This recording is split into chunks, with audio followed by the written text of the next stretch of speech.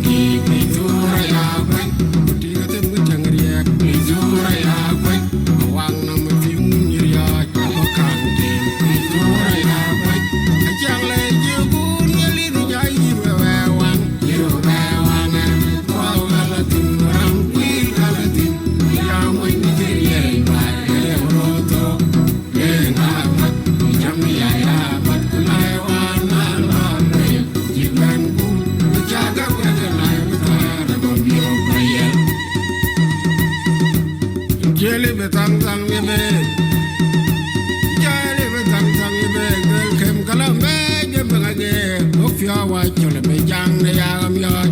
tung cái lá thấp thêm mà đầu cha đời chơi nhan và cả một vài bia bia của cái yếu của giang nhan chưa được quang cả quên được quang nghe quên không một cái liều nhan được quang cái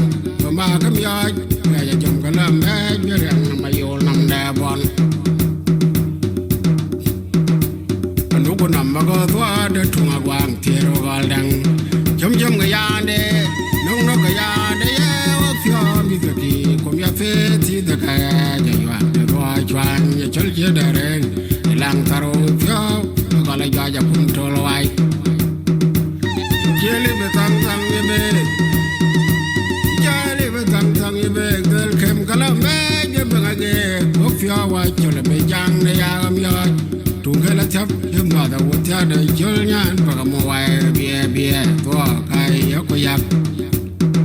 nhan chưa được quang cả quên được quang nghe quên không một cái liều nhan được quang cái mà cắm yo ngày giờ chồng cái làm ấy như rằng mà yêu nằm đè bọn lúc còn nằm mà có thua được thùng quang thì rồi vào đằng chấm chấm cái ya đê nông nó cái ya đê phiêu mi cái gì cũng ya phê thì được cái